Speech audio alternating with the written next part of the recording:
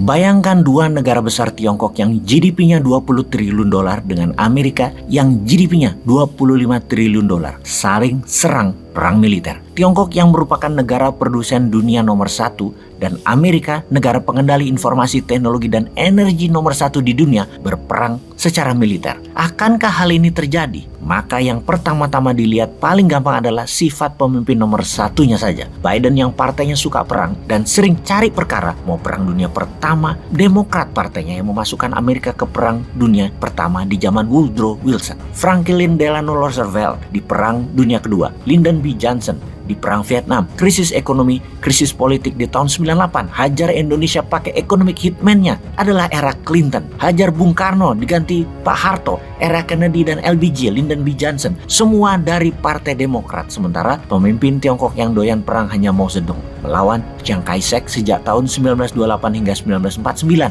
perang saudara mereka pada saat itu. Deng Xiaoping tidak. Dia bapak ekonominya Tiongkok. Begitu juga Jiang Zemin hingga Hu Jintao. Semua pembangun ekonomi. Kalau Xi Jinping bagaimana? Xi Jinping terbukti agresif menyerang Uighur, memberantas lawan politik atas nama korupsi, kemudian serang India di Lembah Galwan dan memprovok Taiwan. Xi Jinping dengan Belt Road Initiative adalah rencana penaklukan ekonomi negara lain yang saat ini Tiongkok mempercepat pembangunan angkatan perang dalam 8 tahun ini untuk menjadi angkatan perang terbaik nomor 1 di dunia. Anggaran militer Amerika adalah 800 billion dolar per tahun. Bayangkan APBN Indonesia hanya 180 billion dolar. Kementerian Pertahanan Amerika budgetnya 4 kali lebih besar dari hajat hidup 280 juta warga Indonesia. Anggaran militer Tiongkok sekitar 230 billion dolar, yang mana di dalam pidato penyambutan dalam pembukaan di rapat Partai Komunis Tiongkok kemarin, Xi Jinping mengatakan akan menaikkan anggaran militer tersebut agar bisa menang mengambil Taiwan. Dan ini sebuah perkataan yang sangat agresif yang oleh pengamat militer dunia diperkirakan dengan anggaran dinaikkan setiap tahunnya, maka di tahun 2024 Tiongkok sangat siap untuk ambil Taiwan secara militer. Bahkan 6 tahun dari sekarang kekuatan militer Tiongkok sama dengan Amerika. Karena itu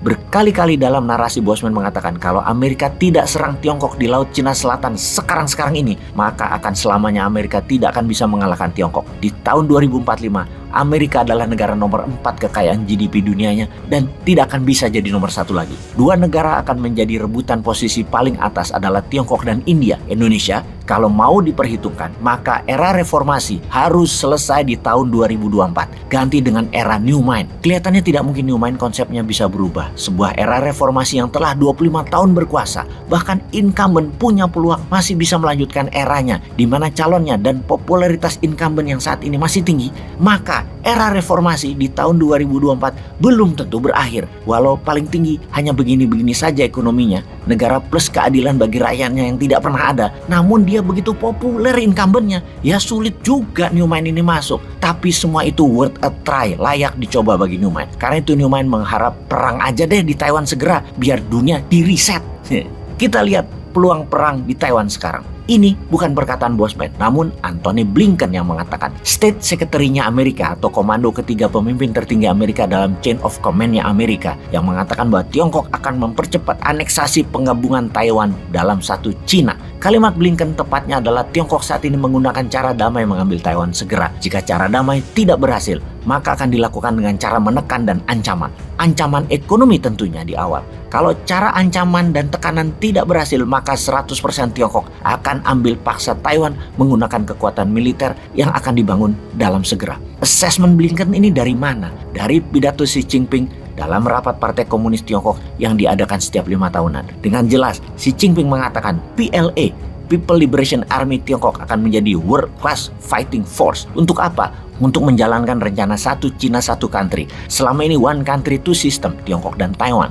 Chinese Reserve Necessary Measurement Against Taiwan adalah perkataan Xi Jinping yang diartikan Blinken sebagai rencana besar mengambil Taiwan. Tentunya semua ini adalah bluffing gertakan Tiongkok ke Taiwan dulu. Kalau gagal, maka serangan militer pasti akan dijalankan. Waktunya yang kita belum tahu dan belum bisa baca saat ini. Ada baiknya sekarang kita membaca kekuatan militer dua negara Amerika dan Tiongkok. Saat ini, Amerika memiliki 296 kapal perang besar dan 11 kapal induk flight carrier. Tiongkok memiliki 355 kapal perang dan 3 kapal induk. dan sedang membangun 4 buah lagi. Ada lagi yang menghitung kekuatan militer Amerika terbaik adalah di era tahun 80-90-an, di mana jika dibandingkan kekuatan tersebut, pesawat tempur, bomber, kemampuan pilot, serta amunisi tentara Amerika itu menurun kekuatannya 30% saat ini jika dibandingkan dengan tahun 80 dan 90-an. Sementara Tiongkok saat ini adalah kekuatan militer yang tertinggi sepanjang masa. Walau kalah dari Amerika, namun perang di Taiwan adalah perang naval war bagi Amerika. Namun bagi Tiongkok, perang darat, laut, udara. Karena jaraknya hanya 200 km selat Taiwan yang memisahkan Taiwan dari daratan Tiongkok, lebih mudah Tiongkok memenangkannya. Lalu bagi Indonesia bagaimana? Di tahun resesi, di tahun inflasi, di tahun harga-harga tinggi dan semakin mahal, ditambah perang semakin mendekat, apa rencana membuat Indonesia untuk menjadi negara nomor 1 di dunia di atas Tiongkok, di atas India, di atas Amerika di tahun 2045? Mana? Masa hanya opsinya perpanjangan jabatan atau ganti presiden doang sih?